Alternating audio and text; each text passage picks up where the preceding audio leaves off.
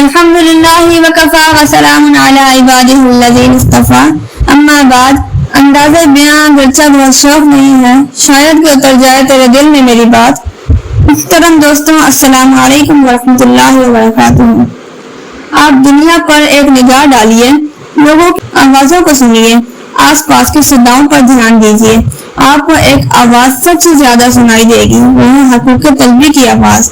ہر شخص دوسرے سے اپنے حقوق کا طلبگار ہے۔ ہر شخص کی زبان پر شکوہ ہے کہ اسے اس کا حق نہیں ملتا، اس کے حقوق دبائے جا رہے ہیں، اس کا استحصال کیا جا رہا ہے، اس کے ساتھ ظلم و زیادتی ہو رہی ہے۔ آقا کو شکایت ہے کہ اس کا ملازم اس کے حق نہیں ادا کرتے۔ ملازم کو شکوہ ہے کہ آقا اس کی محنت کے مطابق اس کا حق ادا نہیں کرتا۔ اسی طرح ہر شخص دوسرے سے حق تلفی کا شاکی ہے۔ گھر باہر، شہر دیہات، امیر غریب، عورت مرد، بچے بوڑھے، ہر جگہ اور ہر ماحول میں حقوق طلبی کی صدائیں گونجتی نظر آئیں گی۔ دوستوں، ہمیں غور کرنا چاہیے کہ ہم اپنے حقوق حاصل کرنے کے لیے کس قدر محنت کرتے ہیں۔ ہمیں جب ہمارا حق نہیں ملتا تو ہم کس قدر ملال ہوتے ہیں اور ہم شکایتوں پر کیسے دفتر کھول دیتے ہیں۔ مگر احکم الحاکمین، جس کی قبضہ قدرت میں ہماری ذات، ہمارا جان و مال اور دنیا کا یہ سارا کارخانہ ہے، ہر لحظہ ہر ساعت جس کے ہم پر بے شمار احسانات اور انعامات ہیں، کیا ہم نے اس کے حقوق کی ادائیگی کی فکر کی؟ کیا اس کے جو حقوق ہم پر عائد ہیں وہ ہم نے ادا کر دیے؟ باری تعالیٰ ہم سے بھی اپنے حقوق کی ادائیگی کا طلبگار ہے، وہ بھی اس کے فائدے کے لیے نہیں بلکہ ہمارے ہی فائدے کے لیے۔ ہم نے اس کی طرف دھیان دیا اور کتنی مرتبہ دیا؟ کیا ہم نے اس کی طرف توجہ کی اور کب کی؟ اگر ہم اللہ کے حقوق کو ادا کرنے والے نہ بنے تو کیا اللہ ہم سے خوش رہے گا؟ کیا اس کی رضا ہمیں حاصل ہوگی؟ کیا اللہ کے حقوق تلف کرنے کے بعد ہم اللہ کے غضب اور اس کی زبردست پکڑ سے بچ سکیں گے؟ نہیں، ہرگز نہیں۔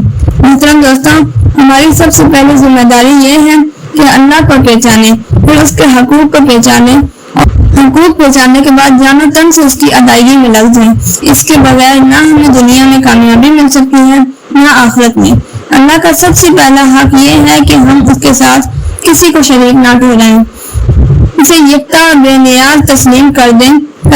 ارشاد باری تعالیٰ ہے، قل هو اللہ احد اللہ الصمد۔ اے نبی کہہ دیجئے اللہ ایک ہے، اللہ بے نیاز ہے۔ اللہ کی ذات یا صفات میں کسی کو شریک اور ساجی قرار دینا شرک ہے، اور شرک سب سے بڑا ظلم ہے۔ بے شک شرک سب سے بڑا ظلم ہے۔ ہر گناہ کی بخشش ہو سکتی ہے مگر شرک کی بخشش نہیں ہو سکتی۔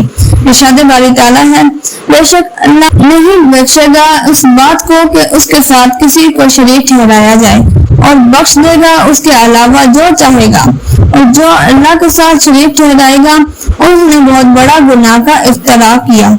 جس طرح اللہ کا ہم پر حق ہے ہم اس کی ذات کو ایک مانیں، اس کے ساتھ کسی کو خدائی میں شریک نہ سمجھیں، اس طرح ہم پر یہ بھی ضروری ہے کہ اس کی صفات میں کسی کو شریک نہ جانیں۔ جس طرح اللہ کو دور نزدیک کی خبر ہے، ہر کھلی اور چھپی چیز کا علم ہے، کسی اور کے متعلق ہمارا عقیدہ نہ ہو، جس طرح اللہ کے قبضہ تصرف میں یہ ساری کائنات ہے اور اس میں اس کا نظام ہے، وہ اس میں جیسے چاہے بناتا ہے اور بگاڑتا ہے، کسی اور کے اندر یہ قدرت و طاقت نہیں ہے۔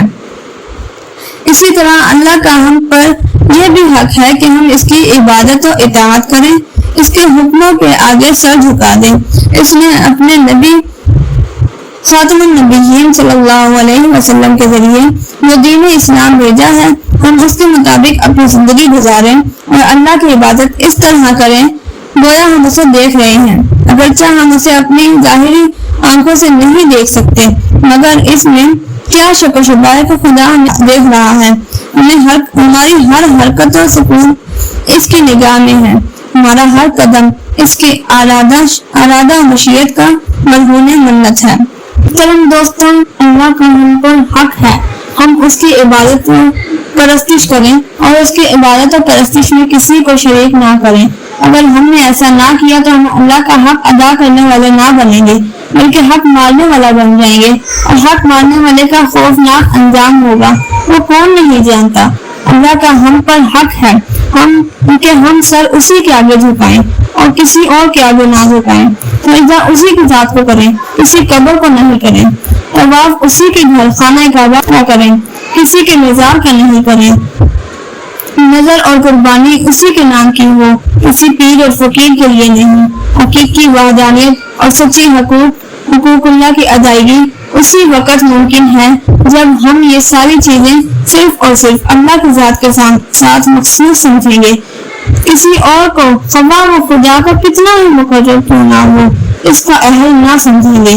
سوچئے کتنی ناسمجھی اور نادانی کی بات ہے کہ ہمارے کچھ مسلمان بھائی بزرگوں کی قبروں کے ساتھ وہ سلوک کرتے ہیں جو خدا کے ساتھ مخصوص ہے۔ مزارات کو چومنا، ان کا طواف کرنا، مزارات کو سجدے کرنا اور اس طرح کی بہت سی خرافات میں مبتلا ہیں، اور سب سے عجیب بات تو یہ ہے کہ وہ ان امور کو توحید کے خلاف نہیں سمجھتے بلکہ اسے کارۂ ثواب سمجھ کر انجام دیتے ہیں۔ آج کا عالم یہ ہے کہ آپ کسی بھی درگاہ یا مزار شریف پر جا کر دیکھ لیجئے، وہاں مزار پر جو رونق نظر آئے گی، مزار پر جو سوچ درد دکھائی دے گی، وہ اسی کی بغیر مسجد کو حاصل نہ ہوگی۔ عرض کے موقع پر زائرین کے جو ہجوم کی وجہ سے راستہ چلنا دشوار ہو جائے گا، کندھے سے کندھا چھل رہا ہوگا، مگر وہیں نماز کے وقت مسجد ویران اور سنسان نظر آئے گی۔ دو چار اللہ کے بندے پہنچ گئے تو پہنچ گئے، ورنہ مزار شریف کو چھوڑ کر مسجد کون جاتا ہے؟ دوستوں، ہمیں اپنے اعمال کا جائزہ لینا چاہیے اور سوچنا چاہیے کہ ہم اپنے حقوق کا مطالبہ کرنے کے لیے ہر وقت تیار رہتے ہیں، مگر اللہ کا بھی حق ادا کر رہے ہیں یا نہیں۔ جب اللہ کے احسانات و انعامات کا تقاضا ہے کہ ہم اس کے حقوق سب سے پہلے اور سب سے زیادہ ادا کریں۔ اللہ ہم سب کو توفیق عطا فرمائے۔ اگر آپ کو میری ویڈیو پسند آئی ہے تو میری ویڈیو کو لائک کریں، شیئر کریں اور سبسکرائب کریں، اور بیل آئیکن کو ضرور دبائیں تاکہ میری ویڈیو آپ تک سب سے پہلے پہنچ سکے، اور کمنٹ میں اپنی رائے کا اظہار ضرور کیجیے۔ ملتے ہیں اگلی ویڈیو میں۔ السلام علیکم ورحمۃ اللہ وبرکاتہ۔